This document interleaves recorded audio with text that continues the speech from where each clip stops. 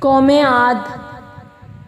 عاد ایک ایسی قوم تھی جو بڑے طاقتور تھے، 40 ہاتھ جتنا قد، 800 سے 900 سال کی عمر، نہ بوڑھے ہوتے نہ بیمار ہوتے، نہ دانت ٹوٹتے نہ نظر کمزور ہوتی، جوان تندرست اور توانا رہتے، بس انہیں صرف موت آتی تھی اور کچھ نہیں ہوتا تھا۔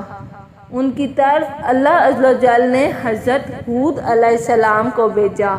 انہوں نے ایک اللہ عز و جل کی دعوت دی، اللہ عز و جل کی پکڑ سے ڈرایا، مگر وہ بولے، اے ہود، ہمارے خداؤں نے تیری عقل خراب کر دی ہے، جا اپنے نفل پڑھ، ہمیں نہ ڈرا، ہمیں نہ ٹوک، تیرے کہنے پر کیا ہم اپنے باپ دادا کا چال چلن چھوڑ دیں گے؟ عقل خراب ہو گئی تیری، جا اپنا کام کر، آیا بڑا نیک چلن کا حاجی نمازی، تیرے کہنے پر چلیں تو ہم تو بھوکے مر جائیں۔ انہوں نے شرک، ظلم اور گناہوں کے طوفان سے اللہ عز و جل کو للکارا، تکبر اور غرور سے بدمست بولے۔ اب قوم عاد نے تو بے وجہ زمین میں سرکشی شروع کر دی اور کہنے لگے، ہم سے زور آور کون ہے؟ کیا انہیں یہ نظر نہ آیا کہ جس نے اسے پیدا کیا وہ ان سے بہت ہی زیادہ زور آور ہے؟ وہ آخری تک ہماری آیتوں کا انکار ہی کرتے رہے۔ کوئی ہے ہم سے زیادہ طاقتور تو لاؤ نا، ہمیں کس سے ڈراتے ہو؟ اللہ عز و جل نے قحط بھیجا، بھوک لگی، سارا گلا کھا گئے، مال مویشی کھا گئے، حرام پر آ گئے، چوہے بلی کتے کھا گئے، سانپ کھا گئے، درخت گرا کر اس کے پتے کھا گئے، بھوک نہ مٹی، نہ بارش ہوئی، نہ قطرہ گرا، نہ گلا اگا۔ پھر تنگ آ کر اپنا ایک وفد بیت اللہ بھیجا۔ ان کا دستور تھا جب مصیبت آتی تو اوپر والے کو پکار اٹھتے، جب دور ہو جاتی تو اپنے بتوں کو پوجنے لگتے۔ بیت اللہ وفد گیا اور کہا کہ ہمارے لیے اللہ عز و جل سے دعا کرو کہ بارش برسائے۔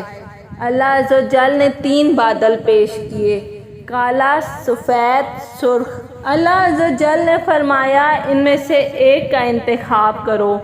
انہوں نے آپس میں باہم مشورہ کیا کہ سرخ میں تو ہوا ہوتی ہے، سفید خالی ہوتا ہے، کالے میں پانی ہوتا ہے، کالا مانگو۔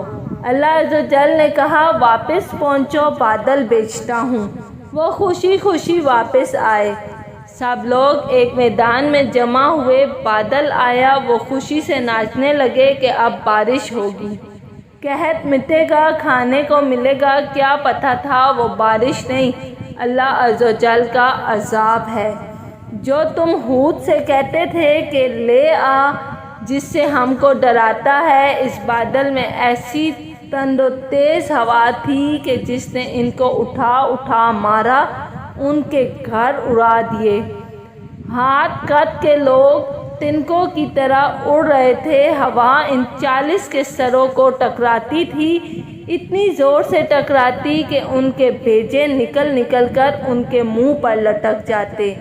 بعض لوگ بھاگ کر غار میں گھس گئے کہ یہاں تو ہوا نہیں آ سکتی، مگر میرے رب کا حکم ہو کر رہتا ہے، ہوا غار میں بے گولے کی طرح داخل ہوتی اور ان کو باہر اٹھا کر پھینک دیتی۔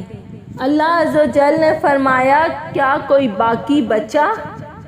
اللہ تعالیٰ نے ان کو ہلاک کر کے دکھایا کہ جب تم اللہ عز و جل کی اور اس کے رسول صلی اللہ علیہ وآلہ وسلم کی نافرمانی کرو گے، اللہ عز و جل تم پر ایسی جگہ سے عذاب بھیجے گا جہاں سے گمان بھی نہ ہوگا۔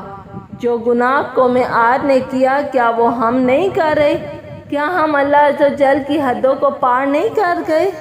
کیا ہم نے اللہ عز و جل کو اپنی نافرمانی سے نہیں للکارا ہوا ہے؟ زیادہ سے زیادہ توبہ استغفار کریں، اللہ سے ڈریں، قرآن پاک پڑھیں۔ جن گناہوں کو ہم معمولی سمجھتے ہیں، اللہ عز و جل نے ان گناہوں پر پوری قومیں زمین بوس کر دی ہیں۔